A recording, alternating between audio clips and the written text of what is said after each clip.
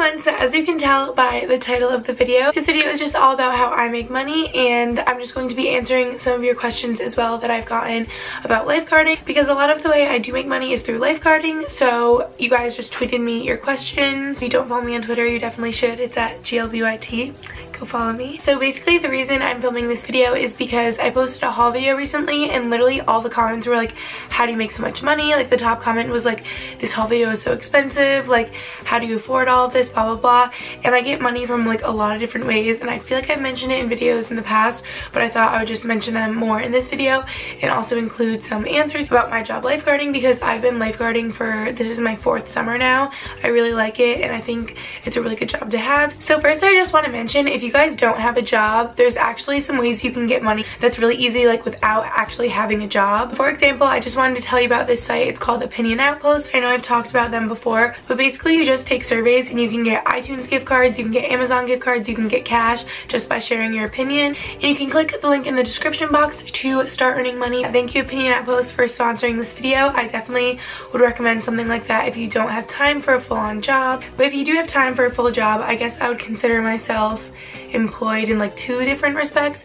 So one of the ways I get money is YouTube, and I know I've talked about making money on YouTube before. If I find that video, I will have that link down below as well, because I think I have a whole video explaining about how you make money on YouTube with like advertising and sponsorships and everything, so that goes a lot more in depth. Basically, you can just make money every month off your YouTube videos if you get enough views on your videos, and I've been making videos for over 4 years now. That's just one of the ways I'm able to afford all my clothing, because my parents don't buy it for me, I buy it for myself, and some of the clothing I don't buy for myself, because I know you guys were interested in haul videos, like how do you afford this, like I said before, but some of the clothing is sent to me from brands, so that's another reason too. Definitely over the summer, like a big part of the money that I make comes from lifeguarding, and like I said, this is my 4th summer lifeguarding. And just some background before I get into your guys' questions. I lifeguard at 2 different private pools, which are right down the street from my house.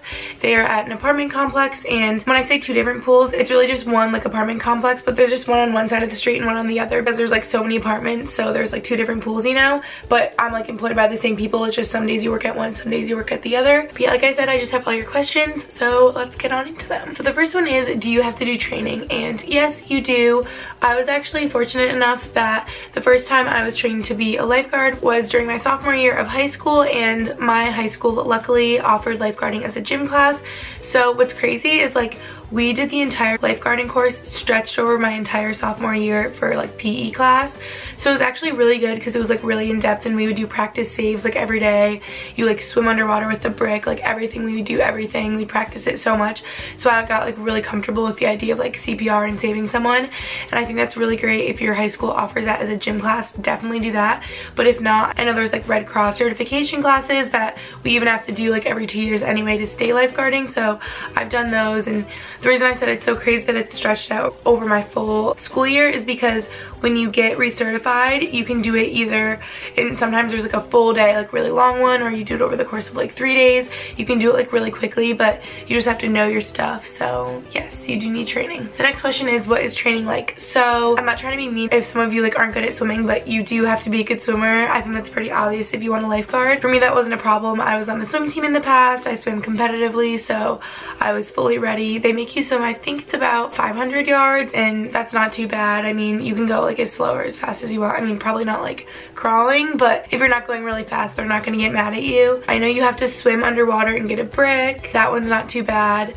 For me, honestly, the hardest was deep water saves and deep water backboarding. That's just really tough, and even the most like experienced lifeguards have trouble with deep water backboarding, because that's just the most tricky. And usually if you're in a situation where you would be doing deep water backboarding, unless you really have to do deep water backboarding, you would move the victim to like shallow water, because that's a lot easier, so you can like stand up instead of trying to struggle like staying afloat while getting someone on a backboard. Other than that, the training isn't too rough.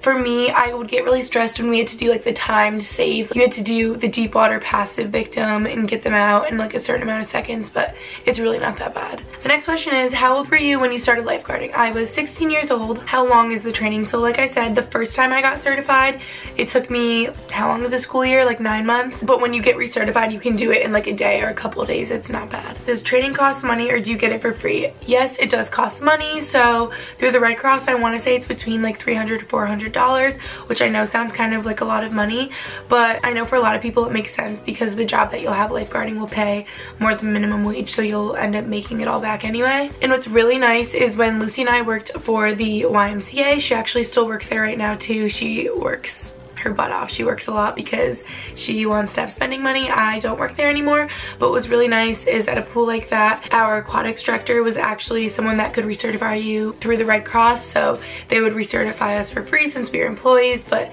now I have to pay to get recertified. Do you ever get nervous when a lot of people are swimming at once? Yes, I do, but I'm confident in that I know what I would do if something went wrong. You know what I'm saying? So I think it comes with time too. I remember when I first started lifeguarding, I was nervous like all the time, but I think you get more comfortable with the idea like you have authority, like it's gonna be okay, and you know what to do if something goes wrong. So I think the best thing you can do is just be confident and have a game plan, because you really do know what to do if you took the training. So be confident. The next question is, have you ever had to save someone? And I've actually been so lucky. I've never had to save someone, and I've lifeguarded for like 4 years, like I said. I've lifeguarded over the summer, and I've lifeguarded like here and there at the YMCA, and there's a lot more people that go to the YMCA, so I know people have to get saved there a lot more. But at the private pools that we work at over the summer, we don't have to save people that much, because like if kids come, they come with their parents that like watch them like a hawk, or people are just a lot more careful and a lot less people come, so people don't need to get saved that much. Except the other day, my friend Ethan just saved 2 people like right as I left, so it's crazy. You never know, but luckily I have not. The most I've had to do is like just some first aid stuff, you know, like bandages, band-aids, bee stings, stuff like that. How did you get into lifeguarding? I remember my dad was always a lifeguard when he was in high school and college, and he always told Lucy and me like, guys, it's a really good job to have, and it's a good feeling when you know you're protecting people's lives. So he kind of got us into it, and I really do enjoy it. Have you ever had to perform CPR on someone? And no, I have not, luckily. Have you ever jumped in thinking the kid was drowning but it turns out they were okay? And like I said, no, I've never had to save someone, but I feel like I'm more of a like preventative lifeguard. Like every lifeguard should do this, but for me, like I feel like I know the signs if like a little kid really shouldn't be in the deep end. So if they start making their way to the deep end, I'm like, hey, like stay in the shallow end. Or if someone's trying to like swim across the pool really quick and barely makes it to the other side, I'm like, listen buddy, just stay on the shallow end of the rope. I want you to be safe, and kids will listen. So also if kids are running, I'm like, don't run. Like I hate when kids run because I'm so scared that they're just gonna fall and trip and skin their knees or their toes or fall on their face. Or so I think a lot of the reason I haven't had to do CPR, saves, or a lot of first aid is because if I see like the signs of something bad about to happen, like I know, and I will stop it right in its tracks, you know?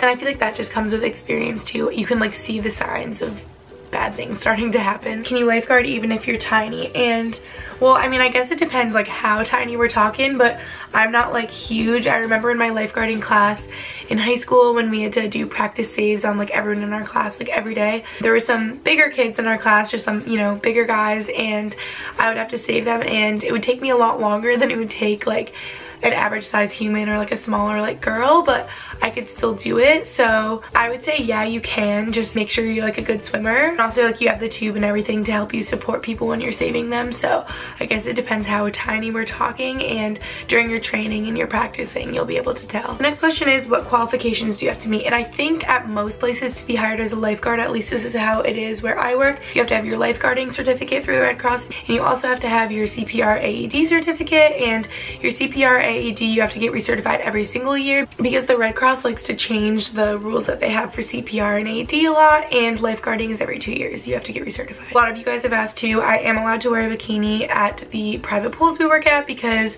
like I said, they're just like a private pool, so our bosses just make up the rules, and they do allow us to wear bikinis, which I think is really nice.